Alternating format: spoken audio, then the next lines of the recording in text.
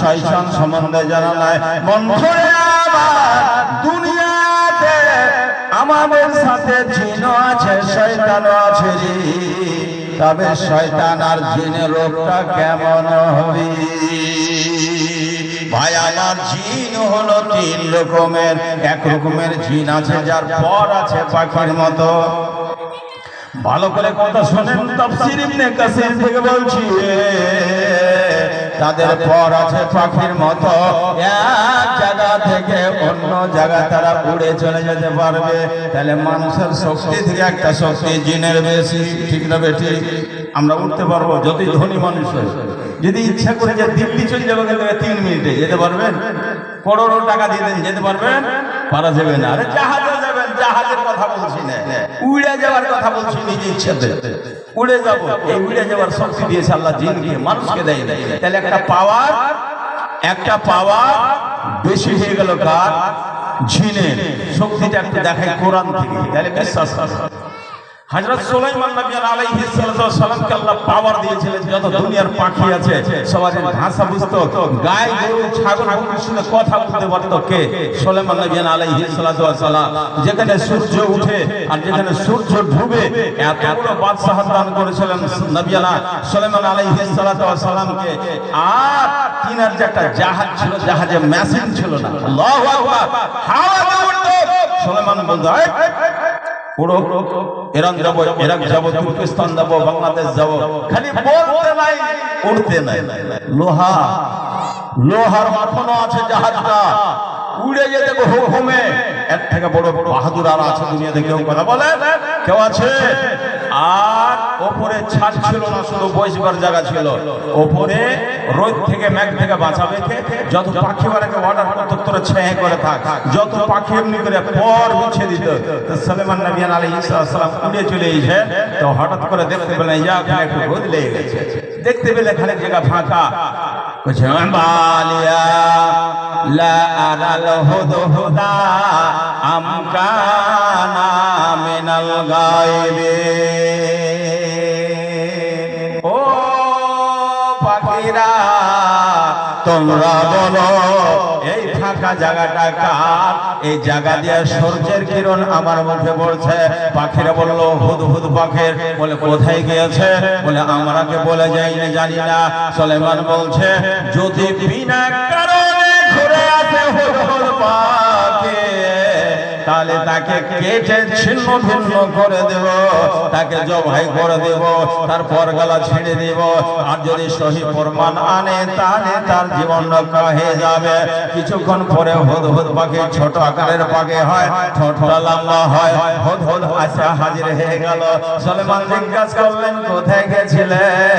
বলে একটা সাবা বলে দেশ আছে, ওই দেশে একটা বেটি ছেলে আছে, এত সুন্দর এত সুন্দর। ওই বেটি ছেলেটার বিয়ে শাদী হয়নি, রমণী বেটি ছেলে, 18-20 বছর বয়স হবে। আর ওই বেটি ছেলে সারা দেশের বাদশাহ হয়ে আছে, প্রাইম মিনিস্টার হয়ে আছে, প্রধানমন্ত্রী হয়ে আছে। মনটা গিয়ে গেল সুলাইমানের। ঠিক না বেটি? বলে ঠিক বলছি। বলে হ্যাঁ। মিটিং বসে দিলেন হযরত সুলাইমান আলাইহিস সালাম। লম্বা ঘটনা আছে কোরআন মাজিদে, শর্টে একটা জিনের শক্তি আপনাকে দেখা আছে। সুলাইমান বললেন ও আমার জিনেরা, বিলকিসের এত বড় 7 মঞ্জিলা বিল্ডিং আছে, বাদশাহ হাত আছে, মোর বাড়ি সহ और बिल्डिंग सह আমার কাছে কেউ উঠিয়ে আনতে পারবে? জাহাজে জেলে একদিন লাগবে, 12 ঘন্টা সময় লাগবে। কতটা সময় লাগতে দিব না, সামান্য সময়ের মধ্যে কে আনতে পারবে? একটা জিন বলছে হুজুর আপনি এখানে বসে আছেন, এখান থেকে উঠে খালি বাড়ি যাবেন, এতটা সময়ের মধ্যে আমি নিয়ে চলে আসবো। সত্যি আমার কাছে আছে। অন্য একটা জিন বলছে এত সময় লাগাই নাকি? বলে এর আগেও পড়া যাবে জি। একটা জিন বলছে আপনার চোখের পলক মারতে নাই, তার মঞ্জিল হাজির করতে নাই। কোরআন সূরা নাম। এবার চোখের পলক পড়তে নাই সাতভাঙ্গিলা ঘর সামনে হাজির হয়ে গেছে। তাহলে বোঝা গেল এ শক্তি আল্লাহ মানুষকে দেয়নি, এ শক্তি আল্লাহ জিনকে দান করেছে। 3 নম্বর শক্তি, মানুষ জিনকে দেখতে পায় না, শয়তান দেখতে পায় না, কিন্তু জিনেরা মানুষকে দেখতে পায়। এর প্রমাণ কি? আল্লাহ পাক কোরআন মাজিদের মধ্যে বলেছেন, ইন্নাহু ইয়ারাকুম হুয়া ওয়া কাবিলুহু মিন হাইসু লা তারাউনাহুম। আল্লাহ পাক বলছেন, মানুষ তোরা জিনকে দেখতে পাবি না, কিন্তু জিন তোদেরকে দেখতে পাবে, ওদের লাইলস্কর তোদেরকে দেখতে পাবে। তাহলে মানুষ থেকে এই পাওয়ারটা আল্লাহ পাক জিনকে বেশি দান করেছে। এটা পাওয়ার বেশি হলো না? হলো না? এটা পাওয়ার বেশি হলো যে আল্লাহ পাক এই শক্তিটা জিনকে দান করেছে। হযরত আব্দুল্লাহ ইবনে মাসউদ রাদিয়াল্লাহু তাআলা আনহুকে একদিন ইশারার পরে বলছেন, আব্দুল্লাহ জি, আজকে একটা দেশ যাব ওয়াজ করতে, নসিহত করতে, জালসা করতে যাব, তুমি যাবা? বলে হ্যাঁ হুজুর যাবো, আপনি ডাকবেন আমি যাব না? মানে যাব আপনার সাথে। ইশারার পরে বের হয়ে গেলেন। যেতে যেতে যেতে বিরাট বড় একটা মাঠ আছে, আর ওই মাঠের মধ্যে নবীজি 3টা লাখের কেটে দিলেন, আঁখ কেটে দিলেন। বললেন, আব্দুল্লাহ রে, আঁখের এই পাশে থাকবি, যে কোন লোক আসক ডাকো, খবরদার লাখের পার করিস না, আঁখ পার করিস না। শুরু করবো নাকি?